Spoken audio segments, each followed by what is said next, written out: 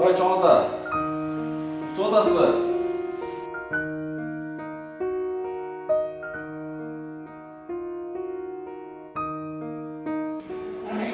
Qandaysız? Geliniz bollarınız.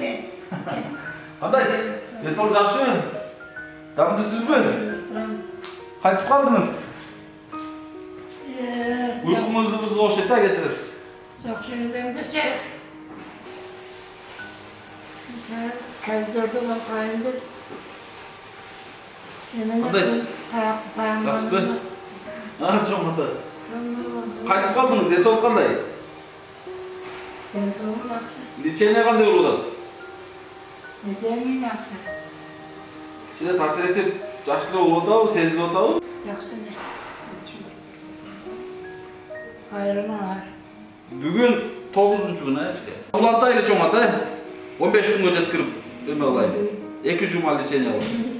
Еркіңізді баштан МР тылышқан екен, Назыр врач өзі айтып берсін да.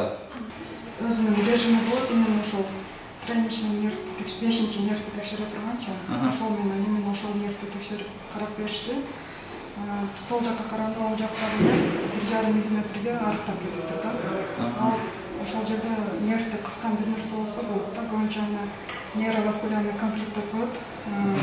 Бир қан тамыр менен нерв бір жерден өтіп қалады да, қан тамыр жанакы соккон сайын нервті раздражать етіп, оору беріп тұрады турчу.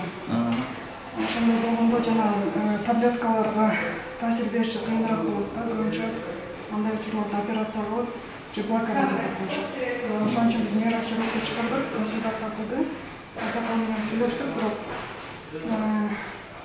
аксакал баш тартты. Өкөнөктөн.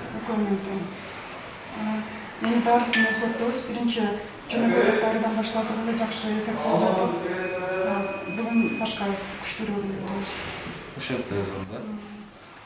Анда баягы блокада дегениңиз кандай болуп калат? Андыра көтөрүш риск болуп калабы ошондо? Жок, өзү дагы отказ берди. Риск бар ар дайым элечи. Бирок чоң өзү дагы отказ берди. Нейрохирург дагы эме кылды. Рисктерин айтып, кээде блокада жасаганда ошол жерде дагы спаечный процесс болуп калат. Рубец пайда болуп калат депчи. Убактылуу ооруну баскан менен кийин кайра оору мындан да күчтүү болуп кетиши мүмкүн. Ошон үчүн таблеткалар менен эметип турса жакшы болот деп ошентип айтты. Азыркы алып аткан лечениясы кандай болуп атат? Өмөрлөр уколдору кандай болуп атат? Таблеткалар кандай болуп атат? Азыр главный лечениясы ошол оорусуна, бетиндеги оорусуна кетип атат. Анан Паркинсонго кетип атат. Колдорунда титиреген бардыгы, ич келгенде кашык кылганда кыймылдап аткан. Ошого дозасын акырын көтөрүп атабыз да. Жана бутуна дагы бир укол алып берип кеткеле, кымбат укол. Аны кече берди, кече сайды. Алдым. Алдыңызбы, алып болду? Ал. Кандай таасир эттиби? Алымын кыймылдап. Азыр билинбейт. Билинбейт. Бирок мына оң жагыңызга берилди. Оң жагга берилди. Эми бара басканда билбейт. Басканда мына жер сиздики кырсылдап атты го, кыймыл. Ошол бир аз жумшап калат да. Ошол суставдын ичине укол берди сизгечи. Келер. Экисине деле берсе болот. Сразу болбойт деп айтты. Сразу болбойт деп айтты. Бир аз убакыттан кийин бул тарабына. Бул жакка катылат. Бирок биринчи бул жакка караганда бул жак катуураак болчу, азыр жумшак болуп. Бул жак катуу болгон. Кийин контролго алып келгениңизде бул жакка дагы сурансаңыздар. Сайт берет. Операция болгон лечение. Аны уже ошо эме кылышты, жооп беришти. Аздан чыгарып. Анан сиздин лечениеңизди узартабыз, 2 жумага аймагы жок деген эмесизби? Бир курс лечениеңиз эртең куда калса бүтөт өзү 10 күндүкчү.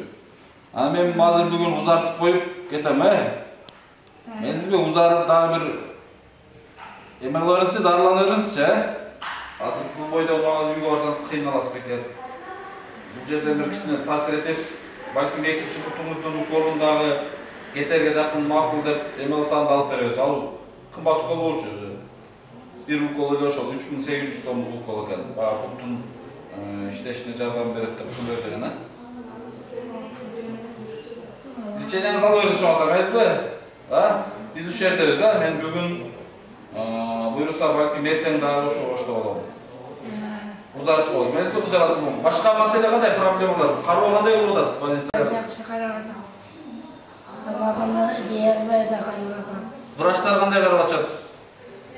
Врачтар колунсуз жүрүп кабар алып турат. Карап атышабы? Жактыбы сизге кандай? Жакшы элеби? Ден соолугуңузга жагабы? Жагат. Мана шықса болбойт да. Азыр сиз 90га кирдиңиз. Бизде жаш сөбөктөрүңүз баягындай жаш бардыгы жаш кездегидей болсо анда батыраак тезирээк таасир этмек. Эми акырындык менен буюрса таасир алат, таасир этет, лечение. Сиз эме болсо ата врачтардын мейли операциясын эме алабыз, анда дарыларды отказ бербеңиз, мейлизби? Ооба, күчтүүрөөк дарыларды азыр айтып эме кылабыз, балким алып бер деген алып беребиз. Ошолорду күчтүүрөөк дарыларды алып эме алып бериңиз, буюрса.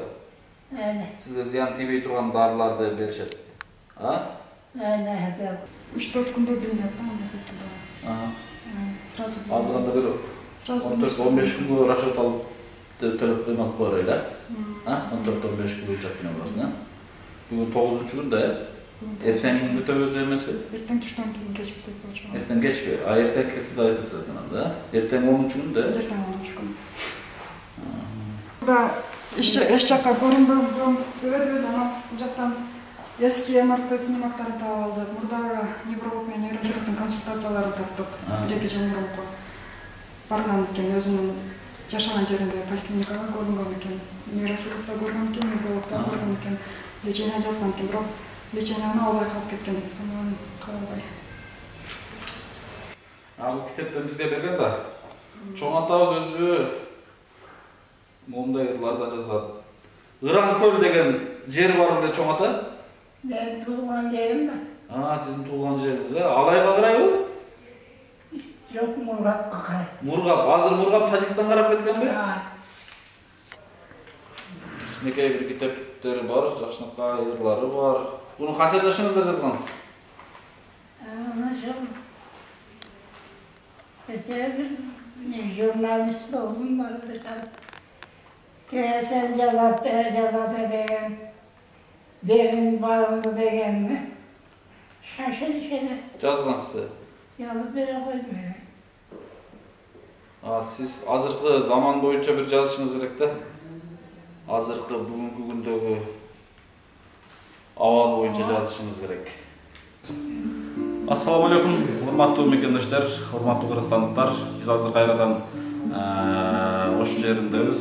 Ошто ушул эки бейтап бизден чоң атабыз жана Алмагүл эжекебиз ушул Кыргыз-Түрк эл аралык клиникасында дарыланып жаткан. Алмагүл эже операция болгон. Чоң ата болсо леченияда бүгүнкү күндө эртең акыркы күнү болуш керек эле, 10-чу күн эртең. Бирок чоң атанын сурап, чоң ата менен кеңешип, ден соолугуна лечения жагып аткандыгын айтты өзү дагы. Анан леченияны дагы узартайлы деп туура көрдүк. Жакшыраак лечения кылып, жакшыраак дарыланып чыкса экен деп, балким бир сонун бир ушундай жыйынтык берсе экен деп жакшы ниет менен лечениясын узарттык. Урматтуу мекендештер, чоң атадан сарсан болбоңуздар, кыжалат болбоңуздар, ооба билип атабыз, көрүп атасыздар, кыжалат болуп, сарсан болуп, кайрадан бул жерден чыгып эле гаражга барып жашайбы деген ушундай суроолор да болуп атат. Эгерде биринчи кабаттан, анан кафеге жакын жерден квартира болгон болсо, Ош шаарынын тургундары карап берсеңиздер, биз өзүбүз квартплатасын төлөп берет элек. 2 ай же 3 ай. Кудай кааласа күздө муктаждар комплекси бүтүп калса, ошол жерге алып кетет элек. Ошол жерге алып кетебиз буюрса бүгүнкү ремонт жүрүп атат.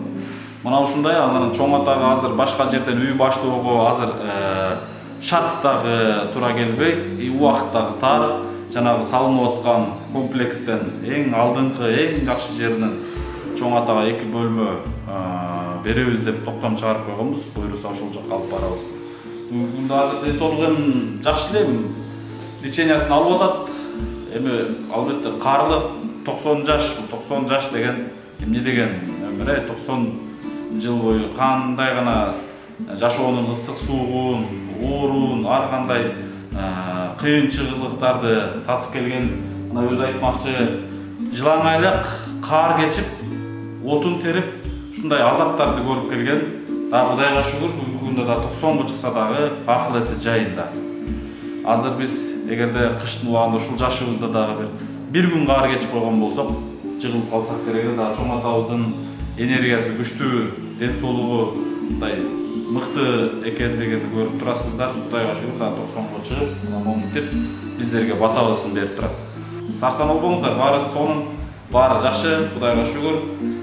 Кароо жакшы эле каралып атат. Бул жер частный больница, баягындай өкмөттүн больницасы эмес, мамлекеттик эмес, частный болгондуктан мыкты кароо болуп атат.